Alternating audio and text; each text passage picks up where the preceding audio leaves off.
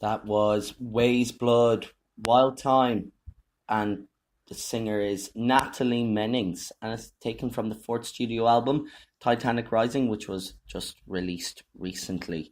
And it's a beautiful sentimental ode to living and loving in the shadow of doom. And talking to Pitchfork, she says, I want to make sure everybody feels like they deserve to be alive, and also she wants us to all smile during an apocalypse. Okay, so just keep the positivity in the face of doom. That is the message to take home from the album Titanic Rising from Natalie Mennings. Okay, we're going to start off now with Off the Record number 4, and it's Ailbhe Reddy. And like I said earlier, she's a singer songwriter from Dublin. And lately, I was lucky enough to catch up with her in a special Q&A feature. And here it is for you. How did I get into music?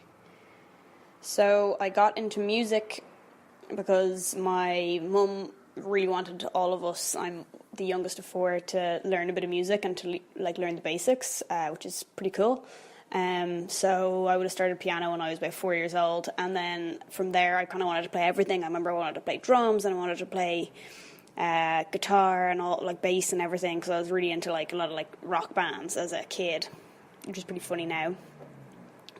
And I started playing guitar when I was 12, and I was always writing my own songs, which were all obviously pretty shit because I was a 12-year-old with nothing to write about. But yeah, going on from there, I kept playing as a teenager, and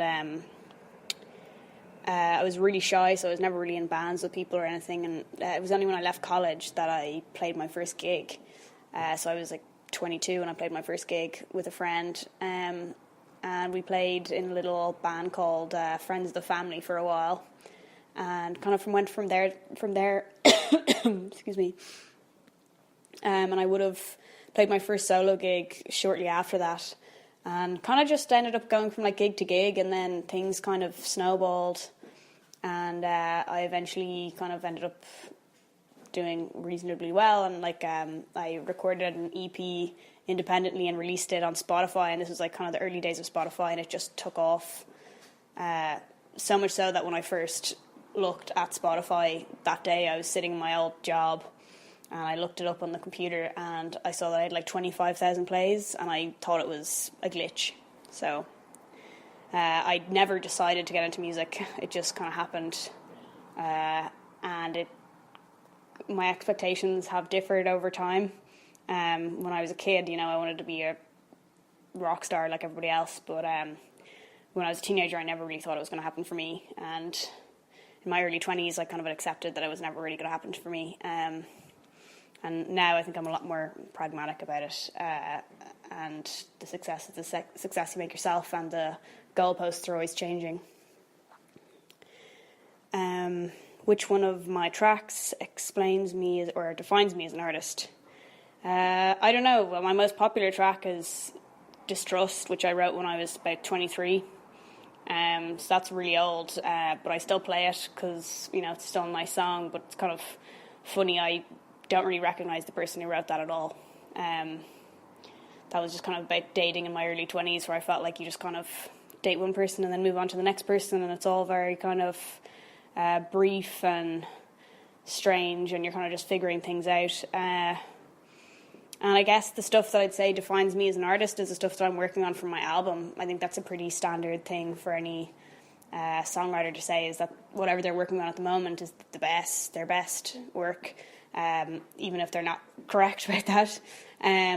But I mean, I've kind of come a long way from that, writing Distrust years ago. And I think the stuff that I'm writing on my album is probably the most kind of sincere representation of me.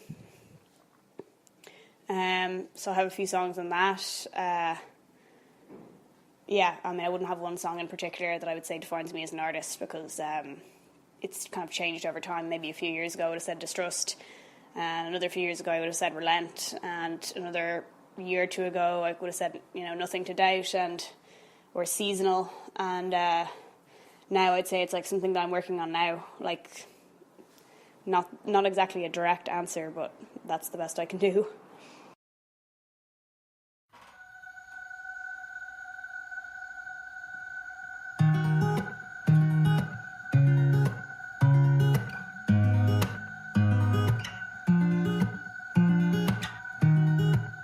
I'm not a mistake. Hurts when you talk that way. That way.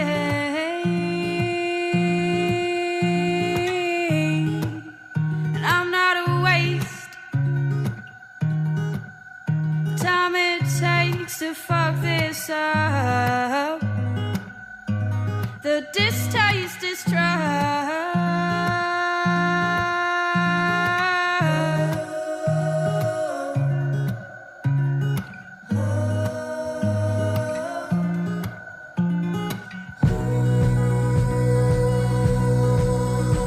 I miss you.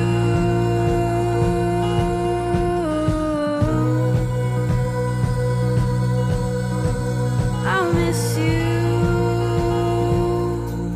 But I'm not in love. I don't think I can be. Thought that I could be with you. I'm not in love. No, I can't be. Thought I could be with you. You. With you. With you. With you. And it's not a shame you act this way, it just shows it's me you love.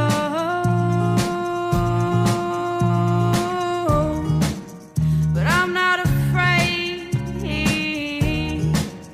to walk away because I know I'm built to live alone.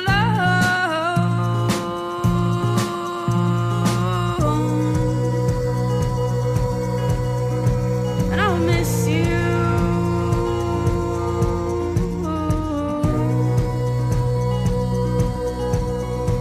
And I'll miss you. I'm not in love. No, I can't be. Thought I could be with you. I'm not in love. No, I can't be. Thought I could be with you. With you.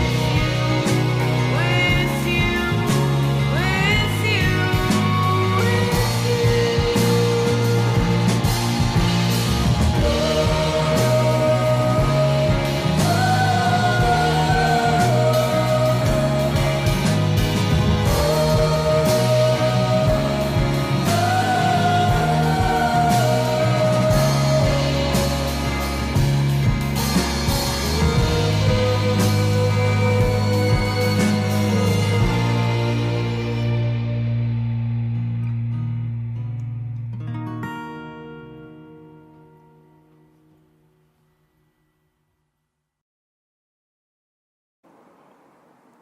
Can I describe my creative process? I don't really find it being tough being open. I think I might have gone through times of not being as open. But I kind of, it's not really felt like a release or a particularly interesting thing to work on if it's not honest. I mean, that's just how it is for me. Like, as in, if I'm like lying or trying to shield something from being obvious, and some of my lyrics are quite obvious and some are kind of a bit more kind of hidden, like hidden meanings and stuff. But yeah, I guess I've always kind of found that openness is the draw for me a lot of the time. Music is just like a vehicle to get your thoughts out there in a way that I wouldn't be brave. Like when people ask me to even write like a pure blurb, like, oh, what is this song about? I find that really difficult to sum it up in other words and to sum it up without being able to like hide behind music and kind of make it sound kind of pretty or interesting. The words being on their own is a bit scary, but my process is, yeah, just usually me and guitar. Sometimes now I might work on Logic and use the computer and start with like keys or drums or something like that. But mostly like I prefer just me and the guitar to be the kind of starting point. Or sometimes, as strange as it sounds, when I'm kind of like distracted time or like time where I'm just kind of not looking at my phone and not plugged into my laptop or trying to work on other stuff, when you're kind of like in the shower or on a walk and you're like not doing anything else, that's when like the best ideas kind of come, and it might be just like a vocal hook that I go back to my guitar and try work out, and it kind of goes from there. A lot of that tracks in the album kind of came from that idea. They're just songs that just came to me while I was kind of idly sitting around, because it's impossible to kind of be creative when you're constantly like busy and trying to do other stuff. And yeah, that's kind of my process, I guess.